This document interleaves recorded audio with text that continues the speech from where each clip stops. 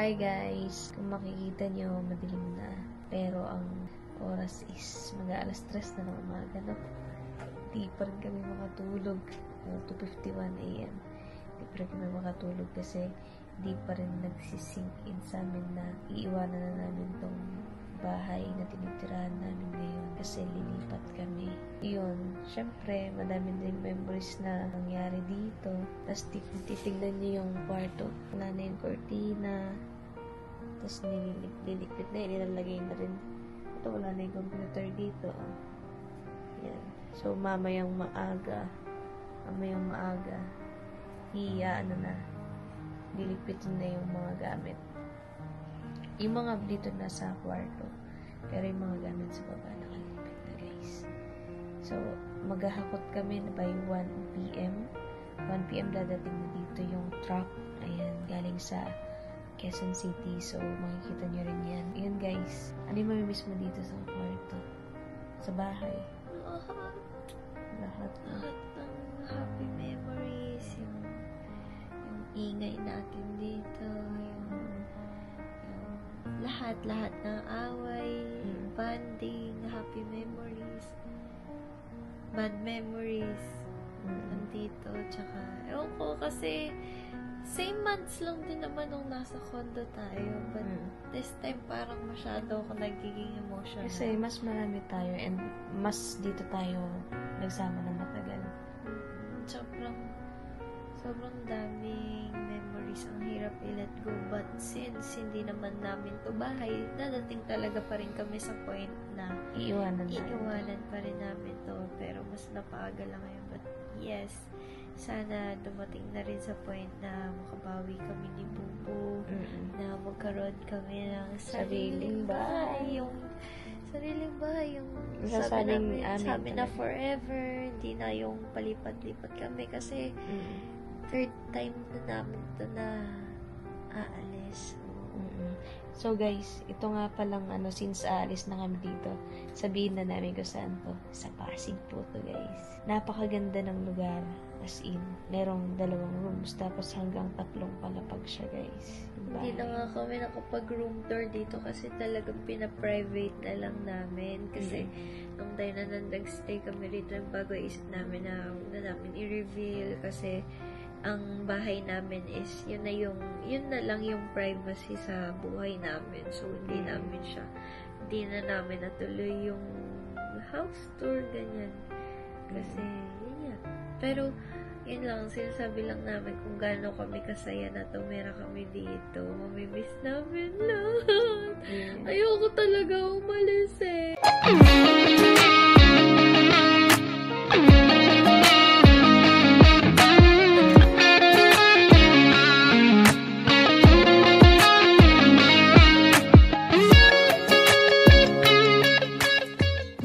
Hi guys! Today na po ang paghahakot namin ng gamit, paglilipat. And ito nga po, yung bibi ko, nalulungkot na dahil mamimiss nga namin tong bahay. And tignan niyo po yung mga namin. Tignan niyo yung mga box ng yan yung mga damit namin nakalagay sa box. Ayan guys, ito na, yan, na. Bubuhatin na lang tong kama, tapos itong aircon tatanggalin. So, babayin na dito sa Pasig ko, Townsville. And, yun, update po kami pagka pagka nandyan na yung truck, mag-update kami. Wait lang.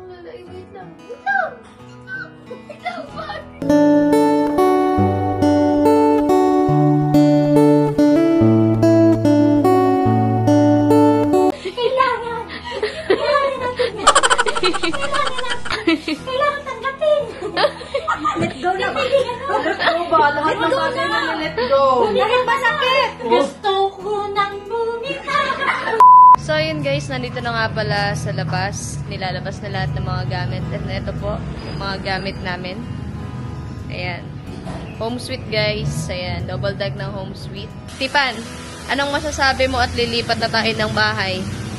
Syempre malungkot, pero tuloy pa rin ang buhay. Fresh start. At ayan na nga po. Hirap na hirap magbuhat ang unicorn. Ayan po ang home suite guys. Napakalaki. Ayan. Grabe yung home sweet.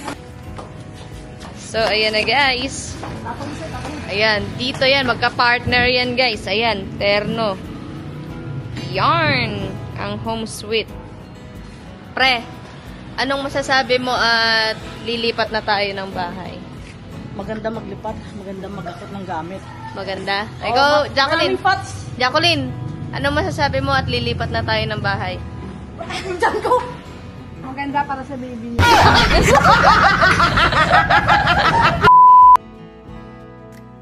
So, ayan guys, while waiting, nandito nga pala ako nakahiga. Ayan, dito sa aming, dito sa higaan ng asawa ko, yung binili ko sa kanya. Asawa ko. Anong mamimiss mo dito sa bahay, asawa ko? Lahat. Ambience, lahat. Anong masasabi mo at alis na tayo sa bahay na ito, asawa ko? Sabi ko lang ngayon, mas napapagod ako sa kanila.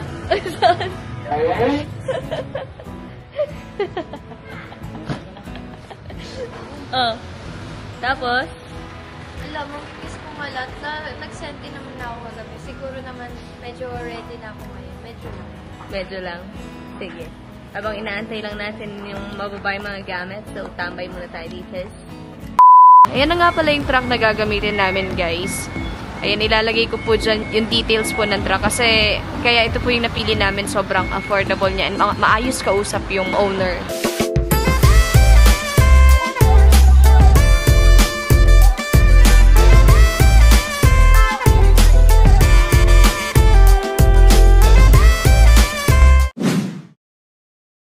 Malaki-laki naman pala siya, Buno. Yung nakuha natin. So, ayan. Ayan na po yung truck. Okay, ay, bali, ano po kayo dito? Driver din po. Driver. Ayan. Ano pangalan ni Kuya? Ryan po, ma'am. Ryan. Ay, hello po. So, Kuya, ano pangalan mo, Kuya? Francis po. Bali, ikaw yung magiging Helper po. helper. Francis. Hello po. Ay, kayo po ba yung may-ari po? Ay, hello. Yes. Ay, hello po. Ayan na yun po yung mga may-ari po. Grabe sila pa yung Ayan, sila po yung... Ano nga po palang pangalan ng tracking po ninyo? Tracking services po. Shote Tracking Services. Yun pala. Pero ang nakalagay po sa Facebook yung ano, no? Quezon City. Dalawa yung page na. Dalawa po. Yung lipat ba? Ipapop up na lang po namin dito sa screen. Ayan. Ayan po, si Sir Danny. Ayan, Shote. pasok ka, dali. Ayan. Sige nga, tipan, Gasha. Oo naman. O, twerk. Sobrang laki.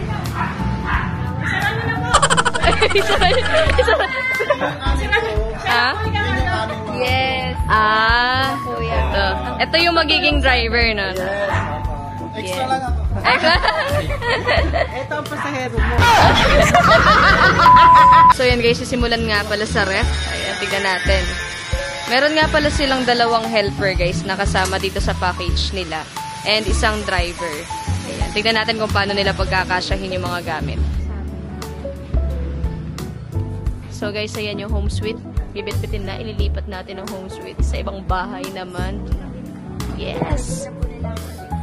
Ang matibay. Ginagandahan ng home suite. Hindi siya kahoy. Bakal yung ano niya.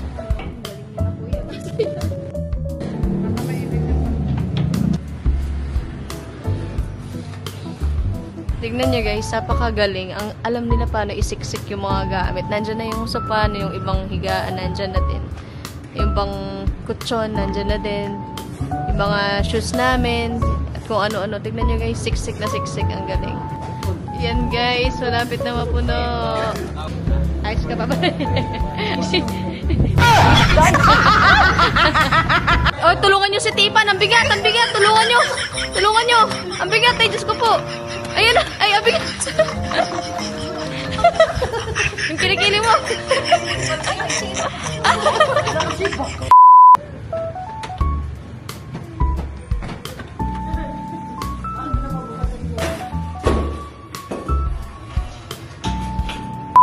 So, yun na nga guys. So, tapos nang maisampa. Ayan, tapos na maisampa sa loob ng truck and may mga natira pang konting gamit. So, may darating pa na isang truck galing din sa Shote. Ayan, so, antayin lang natin. Hindi, mauna na kami pala kasi may iwan naman yung mga shombits dito guys. So, sila na mag-aantay na maisa kayong ibang gamit. So, kami, yung isang truck tsaka kami mauuna na sa pag-alis. So, ayun guys. So, update ko kayo ulit mamaya. So, let's go. So, ayun na guys. Sinabutan na kami ng dumidilim at nandito pa lang po kami. Pinabutan na tayo ng dumidilim. And nandito pa lang po kami sa toll gate. Tignan nyo naman guys. Napaka-traffic. Grabe. Yan. So, update ko na lang kayo pagka nandun na kami sa bahay. So, yon. Hi guys! Update lang po. Nandito na po kami kung saan kami nandito. At ayan, malapit na nga po pala kami sa lilipatan naming bahay. So, talagang ginabi na kami. Sobrang layo ng pinuntahan namin. Sobrang layo ng lilipatan namin. So, ito nga pala yung driver kung maganda. Ako muna ang passenger princess. At ang passenger oldest. At ang passenger Yubu. Yubu the Great. Ay, kapogi naman si Yurit. Ayan, oh. Kung nasan yung masikip, dun siya lagi. Ayan, guys. A few moments later. So, ayan, guys. Nandito na nga pala kami sa lilipatan naming bagong bahay. So, ito nga pala si Ibu. Ayan na, guys. Binubuksan na yung truck ng Shote. Ayan, Shote. Ayan guys, tignan nyo kung paano nagkasya yung mga gamit namin dyan. Tignan nyo guys. Yes, tignan nyo guys.